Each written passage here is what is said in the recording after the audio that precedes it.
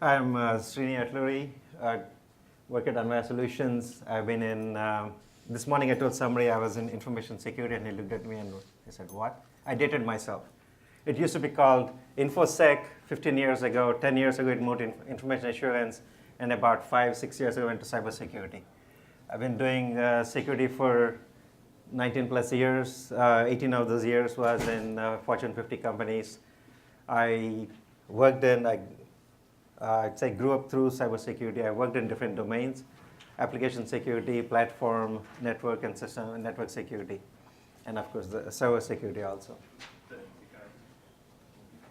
At Anvaya Solutions, we conduct risk assessments, risk management for our clients, and we give them mitigation recommendations, prioritize recommendations on how they can secure the environment. That's our core. We do product development. But today we'll just talk about security stuff. My contact information is there. At the end of the meeting, if you want to contact me later, my cards are up here. Come get them.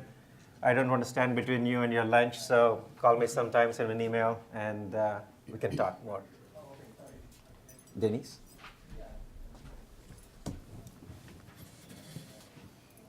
Good morning. I'm Denise Mellor, and I'm with the California Franchise Tax Board. I'm currently the division chief for the Administrative Services Division, which houses our, we haven't changed the name to cyber yet, houses our information security organization.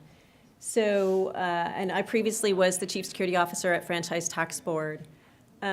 I did not come to that role via the IT ranks or any formal information security. I came to that role from being a risk manager. So that's really my background, is about managing risk. I had to learn the cybersecurity component of it, and I had to surround myself with some really smart people. So although I've transitioned into the division chief role, this is still a passion of mine, so I'm happy to be here today and talk to you a little bit about my perspective on building security into the project lifecycle. And I'm really excited to partner with Denise in this presentation because of the work she has done at FTB across the board, top down, across the board. Objective, why we're here. How many of you know what SQLi is?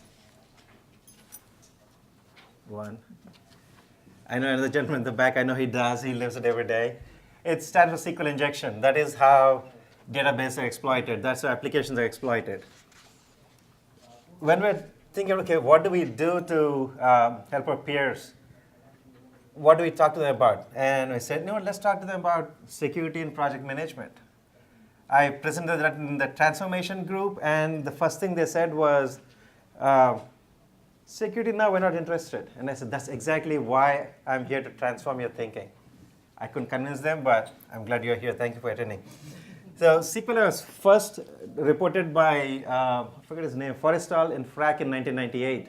And in 2017, we still have SQL injection. Target. Everybody thinks Target was attacked through the HVAC system, but what actually happened was the malware was dropped in. They came in through the HVAC vendor, dropped in on the point of sale system, the ones you see in the stores, and from there they pivoted over to the corporate environment. That's where the SQL injection code was deployed, and then it's history. You know what happened. I said, yeah, it's happening in 2017. Last year, December 2015, 2016, I'm only going to talk about this particular one, but there's other election-related hacks that happened within the country. This was a security researcher in Florida. He found issues with the Lee County Division, their elections website. And he went on to prove that he could get the system administrator access, all the user IDs and passwords and email addresses. Who knows what GTA is? Answer questions. I got some special gifts for you. I need to get you one. So if we don't have time, come at the end of the session, collect it. GTA. It's a video game. There you go. Whoever said that first, get it.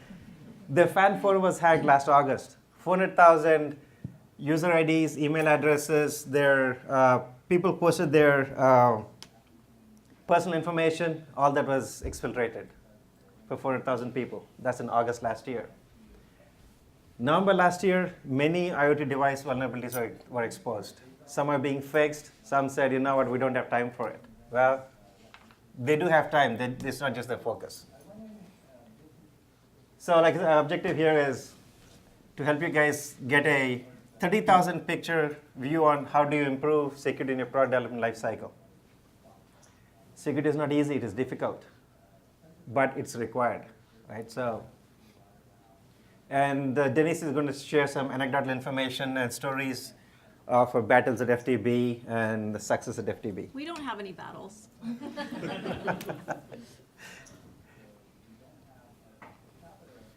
So expectations, again, this is not a project management session. I'm not going to talk about life cycles, methodology, and everything. All we're going to focus on is how do you incorporate security into SDLC.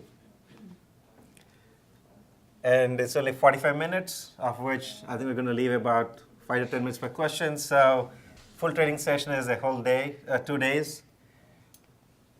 And we'll, like I said, concepts to start the discussion, and we can follow up later.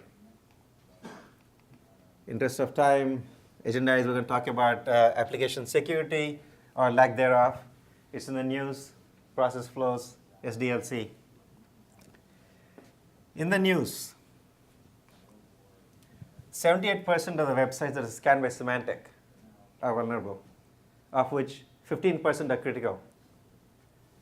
Of the applications we scanned, 100% are vulnerable, and about 60% are critical.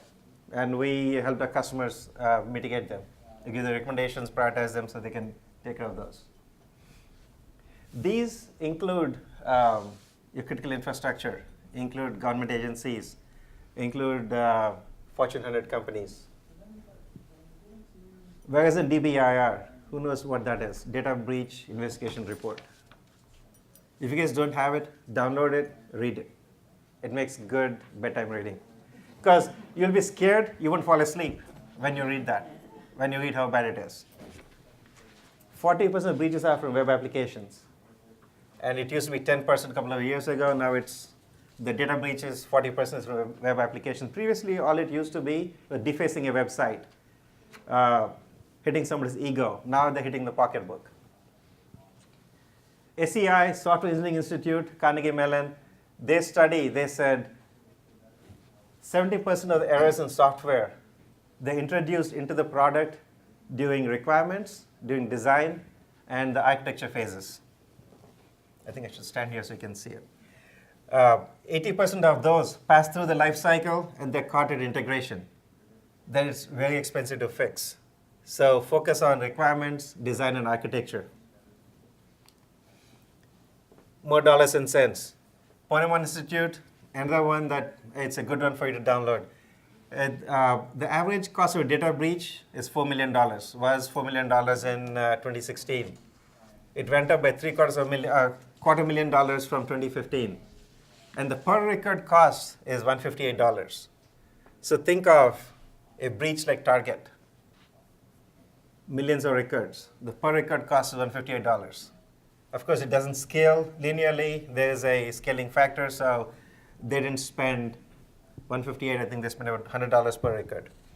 It went up $4 from 2015. It used to be $154, now it's $158. Because the regulations are getting onerous and how to mitigate it, the PR. This includes your PR, brand image, mitigation, helping the people that were exploited, and so on. Whose info is exploited. So in our projects, we talk to a lot of project managers when we're doing assessments, or I have a lot of friends who are PMs. And as I said, dude, why do you guys still do this? Why can't you take care of it up front? This was his response. He said, you know what it feels like to me? It's like my manager said the wedding date, but didn't find the girl yet, or didn't ask the girl. He says, that's how we feel software projects are managed. It's actually true in quite a few organizations. They make the commit, they give a deadline, and some poor SAP is burdened with, hey, go deliver the project. And the other thing they tell me is, why do you worry so much? 99% of the things that you worry about don't happen. And I say, it's because you bring us upfront in the cycle, we mitigate them, and then your security posture is a lot better. Or look at it the other way. 99% of things that don't happen. I was working in the automotive industry for a long time. Our goal was to get a customer home safe. Think about it. Would you be happy if your brakes worked only 99% of the time? Or you went home only 99% of the time? I don't think so. Have that mindset in applications too. You cannot get 100%, but shoot for that. It will be somewhere in between. Like they say, shoot for the stars, land on the moon. So this is a giveaway question. What is usually missed in project management? I got good gifts. Security requirements. You already won it. Okay. That's exactly what it is, information security. For a long time, project managers looked at validation and information security teams as the people that keep their project from going live. Their only goal was, hey, I got to go live. I'd go live on April 1st or May 1st, whatever the deadline is. They don't want to involve security. They don't want to involve validation upfront because we're adding requirements to their project, right? So they keep security and validation in the dark. That is changing. Now they're bringing validation upfront into the product lifecycle, but still security gets left behind. Let's see how that happens. Doesn't matter what methodology, the flavor of the year is, waterfall, iterative, agile. This is a typical approach for project management, right, for a phase. You plan your project, proof of concept, and you plan your product budget and everything, do functional requirements, you start designing the application or the system, you build, you code, you test, deploy, and go to production. See, there is the cycle here. You design, you code build, you go to test, find issues, rework, retest, and so on. Security is, in a lot of instances, security is not brought in. They talk about deployment, and that's when they go through the checklist. Oh, darn, we didn't think about security. They call us then. Sometimes they call us at this stage in the game. Unfortunately, what happens is every situation we encountered, we found issues and pushes them back. They have to go into rework and retest, and we call for revalidation. So what happened to their timeline? They were trying to hide security, everything from security team, the timeline just moved out. So I tell my colleagues, my peers, my friends in the PM world, think of security as well. If you don't think about it, I can guarantee you're going to miss your timeline. It's a given. We talked about that. So what is security? Somebody asked, so what do you mean by security? Right? CIA, not the agency you're thinking of. C stands for confidentiality. Protect the information, give access information only to the person that has a need to know. Just because the person is a senior security architect or a director or the CEO, they really don't have a need to know. Actually, directors and CEOs definitely don't have a need to know. Security architect, maybe, on how the architecture is done but they don't need access to the actual live database, right? So it's a need to know. Maintain confidentiality at all times. Prevent unauthorized access. Integrity. Make sure your application, your database, your systems cannot be modified, cannot be destroyed by the bad actors. Availability. It's ensure that it's available in a timely fashion and it's reliable. The data you're providing is reliable. That's because you maintain the integrity and the confidentiality of the application.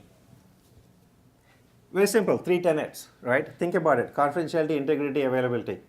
Just think of that when we talk about how you build that into your life cycle. Again, why security? You want to protect your brand image.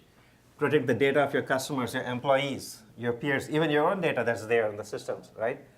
Protect your brand image so your employees and your customers can trust you. I think we're all state employees here, so the state residents can trust you. The federal government can trust you. Minimize vulnerabilities. You mitigate issues before they become a big issue, before they become a big problem. Anthem, Target. On the federal side, OPM, IRS, I'm trying to be careful on which I talk about. They all become big problems because they overlooked security or they didn't have enough of it. Cost, time, performance, and quality. a project is not, let's say it's a three-legged stool. In my mind, it's a four-legged stool. You need to meet your cost, timelines, performance, and quality requirements. That's your stakeholder expectations. Expectations are you maintain the confidentiality of the data, integrate the application systems and the data, and make sure it's available all the time. It's functional. And you identify issues earlier in the product cycle so it costs less to fix. Layered protection. In the OSA stack, I know one or two people that understand what OSA stack is. There's 7 layers in OSA stack. Application layer is the 7th layer. Just because you have network security doesn't mean you can slack off on the application. Every layer has to be secure, has to be protected. One of the recent cases we came across is the customer's information was exploited. They didn't come in through the application. They didn't come in through the system initially. They didn't come in through phishing exercise. They came in through their connected devices, through the soda machine that's connected to the network. So adversaries, they came in the soda machine that was on the network. There, we talked about segmentation of your network. Don't put soda machines on your production network, on your security network, right? So, but had the applications been secure, even if they came through the soda machine target, even if the malware deployed SQL injection at the corporate server, if their application was secure, the application and the server was secure, they would have failed, right? So that's why you have to have layered security. We're going to talk about apps today. Regulations. You need to meet federal and state regulations. If you're working with federal agencies, you have the FIPS, FISMA, FIPS 199, 200, 140-2, you have FISMA. And if you're working with the state agencies, like we all are, you have the SAM manuals that we need to meet the regulatory requirements. Operations. When you have a secure product, service management becomes easy. Incident response becomes easy. Incident response, a security incident response can be small or can be big. It can start with involving, definitely it will involve operations, security, sometimes legal. But quite often these days when you include data breach, it will involve your CFO, involve your CIO, and most probably the CEO. I don't know what they're called in government agencies, CEO. I came from private, so it's the CEO is the director, okay, yeah. So nobody wants to be in front of the director and say, yeah, we didn't think about security when we deployed the application, right? So if you're still not convinced, while everybody was watching Oscars, I was watching the net. I was watching in real time how the attacks were changing across the globe. It's hard to see. There were 1.5 million attacks during the time. This was in North America, 1.5 million attacks on different systems in North America during the time of the Oscars. Do you guys think maybe 10% would have been successful? I think maybe 40% was successful, not 10. And this is live data from Sunday. I got bored at Oscars, so I started doing this. Nerdy thing to do. So it's a matter of time. There's a saying in security industry. Who can fill in the blanks?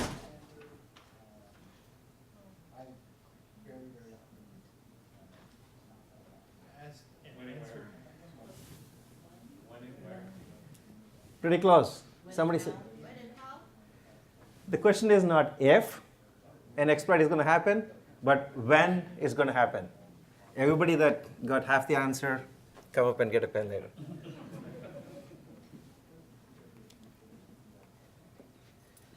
So what do? Do we just give up and say help? No, there is things we can do that will improve our security posture. Before we go in what to do, I just want to give you some of the reasons I heard why they don't think of security. Number one of my good friends said this morning that their systems, everybody's logged in as root. I hear this all the time. If I don't run as an administrator, the stuff breaks. That's baloney. They're just being lazy. There's other ways around doing it. They just don't want to do it. So ask them, how else are you going to make it work? You don't have to be an admin all the time. You don't have to hard code the password in your code. We see it so often. Even today, people have hard-coded passwords in clear text in the code. It just doesn't make sense. And why do you do it? Next thing they say is, God, if we do all of that stuff, we're going to slip the schedule. We're going to blame you. I said, blame me, but you'll be more secure. So please do it. And then if my team and I would joke about this all the time. Every single time the product owners, a lot of our customers say, you're not supposed to use it that way. And if we had a $10 bill every time we heard that, I don't think I'd be working right now. I'd be out on the beach sipping margaritas or Mai Tais. And this one, we've always done it that way. Why should we change? Well, that's why from 1998, even 2017, we have SQL injection. That's why we've always done it that way. Change. And the other thing is, why would somebody be interested in an application?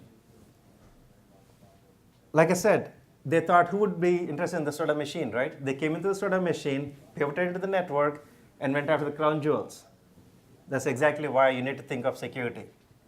Everybody, that's what the hackers do. They're going around the building, seeing, okay, the doors are steel, walls of wood, walls of paper. Which wall can I knock down? And then they come into the building. And we've been told to get a life quite often, saying, you guys think like the bad guys, go get a life. We say, we think like the bad guys so we can help you, right? And that's what security teams do. We're trained to think like the bad guys. We break into things, we break things, and then we tell you how you can protect them from being broken. And we're secure, we use a firewall. We can talk about other excuses. I can give you more here or beer sometime.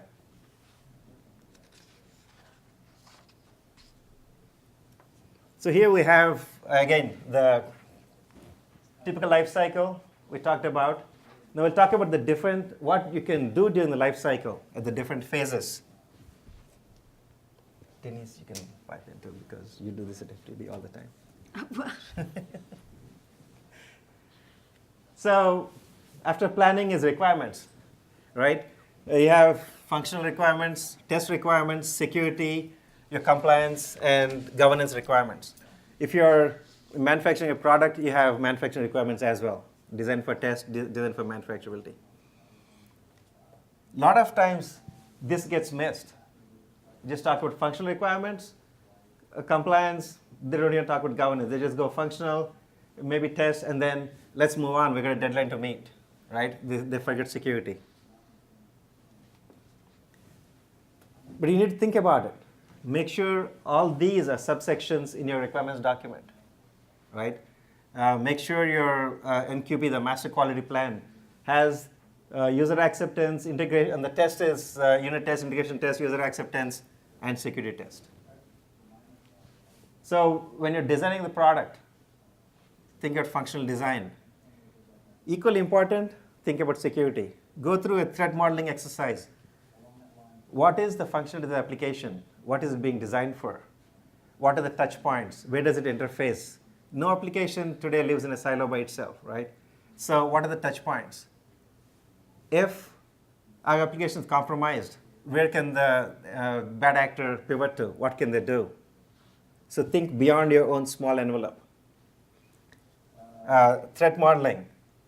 Every application doesn't need the same level of security. For example, if you have just a web page, a static web page that's outside, does not have the contact, the fill-in fields, the search fields. I say that because search fields and the fill-in information, we can go in through those, right? Or something to upload. So if it's a static web page, doesn't need the same level of security as you need for an application that has a fill-in form. You're filling in, I'm not picking on a particular agency, but this is what comes to my mind, DMV, filling in registration information, getting an appointment, you give your information to get an appointment.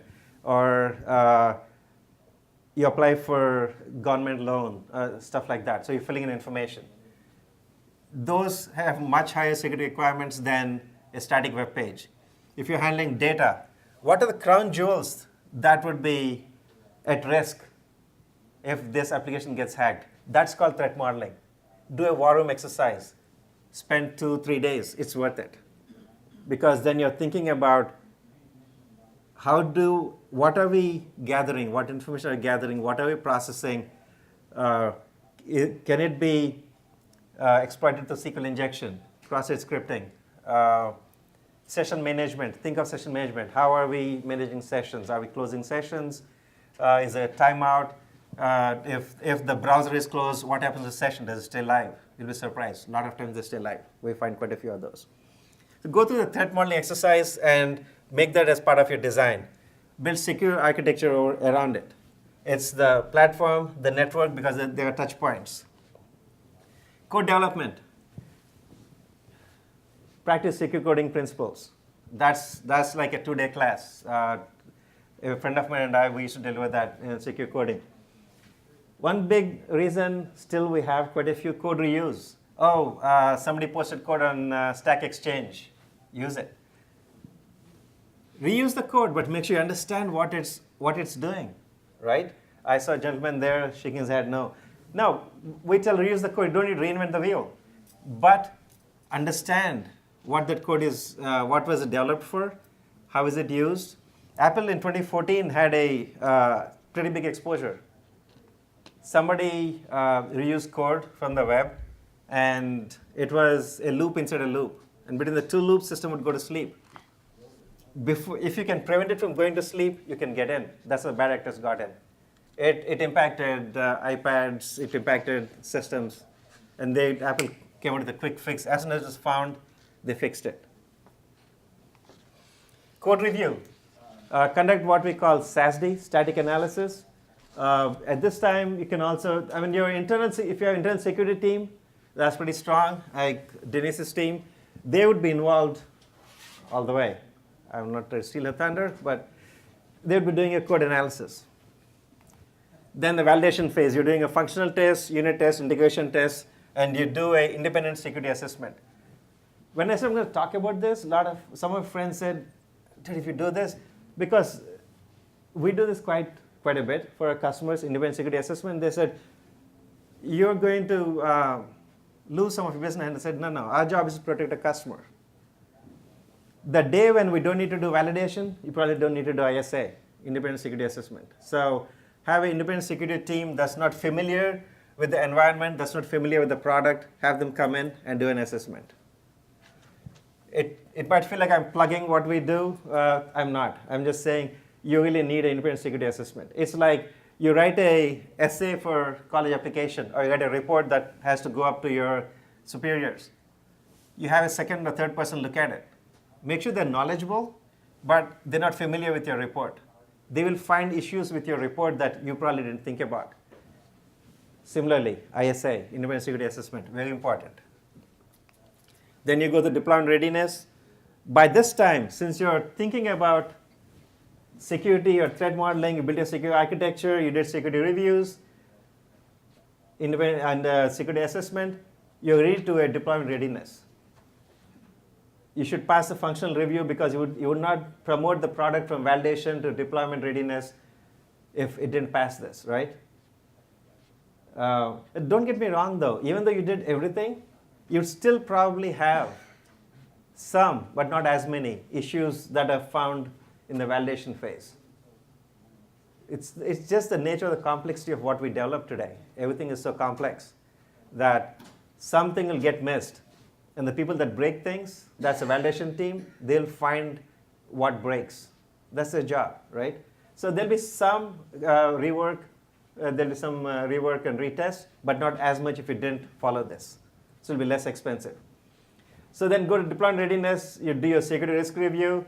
You already have the prioritized list of mitigations that came from here. With your management, you can say, hey, can we live with this risk? Or what do we do to mitigate it, right? Can we layer more protections until we resolve the risk? Is your operations ready? Incident response. Your incident response, there's multiple teams. You want to make sure the teams are trained and they're ready to go.